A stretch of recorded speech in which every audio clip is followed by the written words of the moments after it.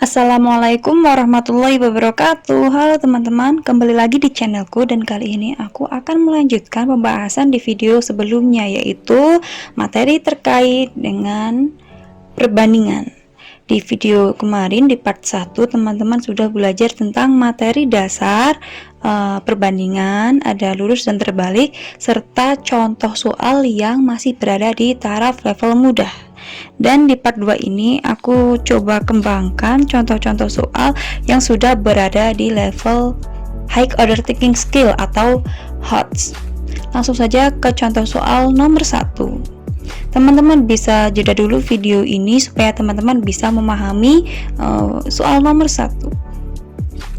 Sudah, langsung saja kita tulis ya, diketahui di sini ada H1 itu berasal dari sini teman-teman. H1 itu 60, B1 itu 4, dan H2 itu 150. Karena di sini kita kan mau cari X ya. Dan yang ditanyakan adalah B2. B2 itu X ini teman-teman. Nah, teman-teman boleh kok pakai kolom yang kiri atau kolom yang sebelah kanannya. Ini aku kebetulan pakai kolom yang sebelah kiri ya. Nah teman-teman, coba diperhatikan untuk nomor 1 itu variabel yang dibandingkan itu adalah jumlah hari dan jumlah buku. Kira-kira ini masuk ke perbandingan senilai atau terbalik ya?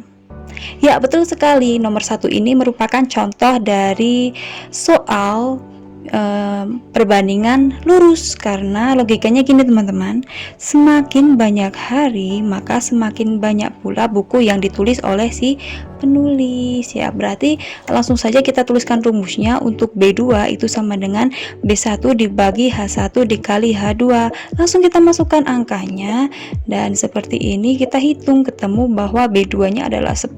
Maka kunci jawabannya adalah yang B. Kenapa sih soal seperti ini aku masukkan ke taraf level yang HOTS? Itu karena ini teman-teman, karena informasinya disajikan dalam bentuk tabel, lalu kita diminta untuk menganalisis dulu nih. Sebelum kita mengerjakan kita disuruh menganalisis dulu. Nah, sedangkan analisis itu merupakan kata kerja operasional di level C4. C4 itu masuknya ke level HOTS ya teman-teman. Lanjut ke soal nomor 2. Seperti biasa teman-teman silahkan jeda dulu video ini. Langsung saja kita lanjut ke pembahasannya. Diketahui selisih uang Rp2.000. Nah ini perbandingan jumlah uang mereka berturut-turut 4:5. Ini ya aku tulis seperti ini teman-teman. Dan yang ditanyakan itu jumlah uang mereka itu berapa. Nah ini teman-teman, biasanya kalau yang belum berpengalaman itu mereka akan mencari jumlah uang Adi dulu, lalu uang Beni, lalu dijumlahkan. Itu memakan waktu yang sangat lama, padahal besok kan kita di tes SKD itu kan ini ya sangat diburu waktu, jadi kita cari cara cepatnya. Nah untuk mencari jumlah uang ini kita bisa manfaatkan jumlah selisih uang serta ini teman-teman, jumlah perbandingannya. Ya, aku tuliskan saja ya langsung biar teman-teman paham. Nah, di sini selisih perbandingan itu sama dengan 1. 1 itu dapat dari mana sih? Ini loh teman-teman selisihnya ya, selisih 4 dan 5 itu ya 1. Lalu untuk jumlah perbandingan itu 9. Ya, 9 itu berasal dari 4 ditambah 5. Lalu kita tuliskan nih rumusnya. Jumlah uang sama dengan selisih uang dibagi selisih perbandingan dikali jumlah perbandingan. Ini kita pakai perbandingan lurus ya teman-teman, perbandingan senilai. Lalu kita masukkan angkanya, 2000 dibagi 1 dikali 9, ketemu hasilnya Rp18.000. Maka jawabannya yang C. Lalu kita lanjut ke soal nomor 3. Seperti biasa silahkan teman-teman jeda dulu video ini. Langsung kita bahas ke pembahasannya ya. Diketahui, nah untuk mengerjakan soal nomor 3 ini aku beri trik khusus ya teman-teman. Silahkan teman-teman bisa buat tabel seperti ini teman-teman, dimana kolom 1 ini memuat jumlah pekerja, kolom 2 ini memuat hari, dan kolom 3 itu pekerja dikali hari. Kenapa sih harus dibuat tabel ya? Ini supaya tidak pusing ya teman-teman. Soal nomor 3 ini merupakan contoh soal dari perbandingan terbalik yang sudah hot ya. Pasti banyak dari teman-teman jika belum tahu triknya ketika mengerjakan soal ini akan pusing. Nah, untuk membantu supaya tidak pusing, ini aku beri contoh membuat tabelnya ya. Nah, sekarang akan aku jelaskan nih. Kenapa sih ini aku beri warna kuning? Ini aku beri warna kuning karena ingat teman-teman, di sini angka 28 si insinyur itu memperkirakan bahwa dalam waktu 40 hari dia akan mempekerjakan 28 orang dan pekerjaan itu akan selesai. Nah, yang aku kasih warna kuning ini merupakan perkiraan si insinyur atau harapan atau ekspektasinya. Dan bagian yang tidak aku beri warna ini merupakan bagian realita, kenyataannya yang terjadi di lapangan itu ya. Pada hari ke-11 terdapat 4 orang sakit dan 4 orang mengundurkan diri. Oh, berarti pada hari ke-11 ada 8 orang yang izin. Ingat kata kuncinya, pada hari ke-11. Itu berarti pada hari 1 sampai 10 itu masih genap 28 orang. Makanya di sini aku tulis masih 28 dan di sini aku tulis 10 teman-teman. Lalu pada hari ke-11 ya, ini sudah masuk ke area hari ke-11. Ini aku tulis 20 karena tadi itu ya dikurangi 8. 28 dikurangi 8 itu adalah 20. Dan angka 10 ini dapat dari mana sih? Ini loh teman-teman. Di sini kan infonya itu pada hari ke-11 sampai ke hari 20. Nah, tepat setelah hari ke-20 ya. Tepat setelah hari ke-20 itu si insinyur ingin mencari tambahan pekerja. Berarti kan hari ke-21. Berarti kan hari 11 sampai hari 20 itu masih 20 orang. Makanya di sini aku tulis 10 ya. Lalu ini kenapa di sini aku tulis 20? Nah, ini teman-teman, daerah yang tidak berwarna ini sama dengan daerah yang aku beri warna. Maksudnya apa sih? Maksudnya gini loh teman-teman, daerah ini yang aku kasih warna ini merupakan jumlah dari daerah yang tidak aku beri warna. Jadi ini jumlahnya harus sama ya teman-teman. Ya nggak harus sama sih, ini karena kebetulan yang dijadikan patokan itu jumlah harinya, maka jumlah harinya yang harus sama. Dan di sini aku kasih P2 karena yang akan kita cari nanti. Tapi ingat teman-teman, di sini kata kuncinya itu mencari tambahan pekerja. Berarti bukan B2-nya ya. Kita terus dulu diketahuinya yang ditanya itu adalah tambahan pekerja, sedangkan tambahan pekerja itu sama dengan P2 dikurangi P1. Nih, hati-hati ya, biasanya di sini nih teman-teman pada kurang teliti. Begitu ketemu P2 langsung dimasukkan, langsung dicari jawabannya, padahal yang ditanyakan adalah tambahan pekerja. Langsung kita kerjakan ya. Untuk P2 itu sama dengan 640 dibagi 20 nih, itu sama dengan 32. Dan tambahan pekerja itu P2 dikurangi P1 sama dengan 32 dikurangi 28, yaitu 4 orang. Berarti jawabannya yang D. Oh iya, hampir lupa teman-teman. Tadi kan aku baru menjelaskan yang sini ya, yang kolom 2, dan yang aku akan jelaskan lagi yang kolom 3. Jadi kenapa sih ini ada angka 1120? Ini asalnya dari mana? Ya ini loh teman-teman, ini tuh asalnya dari kolom P dikali kolom H. Nih kan 1120 itu sama dengan 28 dikali 40. Dan begitu juga sampai, dan begitu seterusnya sampai kalau baris-baris yang di bawahnya. Dan ini juga sama ya untuk kolom P kali H itu di sini jumlah yang ada di kuning itu sama dengan jumlah yang tidak aku warnai. Itu ya teman-teman.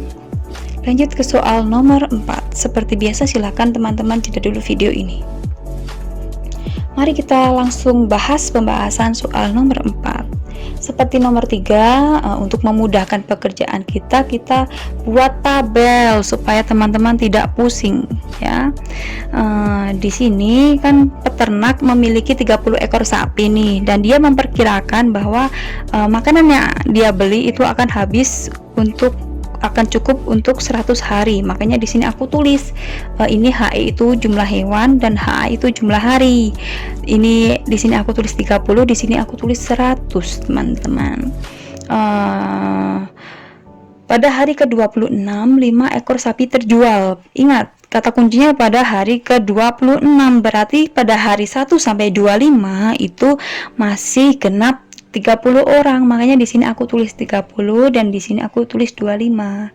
Dan pada ini ya, pada hari ke-26 5 ekor sapi terjual. Berarti di area hari ke-26 sampai kesekian itu jumlah hewannya itu 25. Nah, di sini angka 50 itu dapat dari mana sih?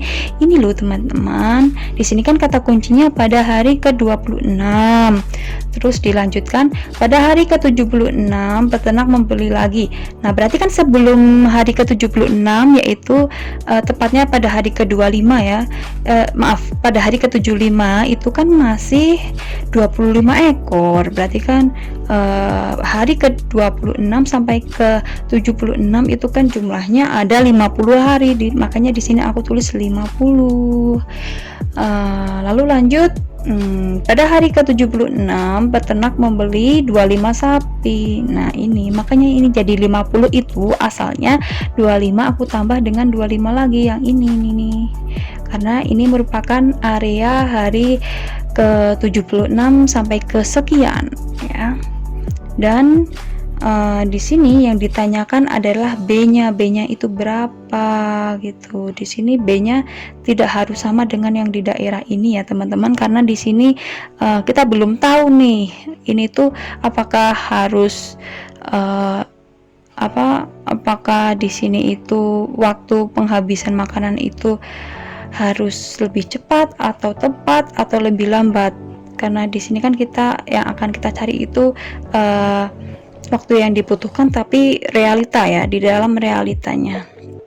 Dan yang harus sama itu adalah ini teman-teman, di kolom 3 yang berwarna kuning itu jumlahnya harus sama dengan yang ada di kolom yang tidak berwarna.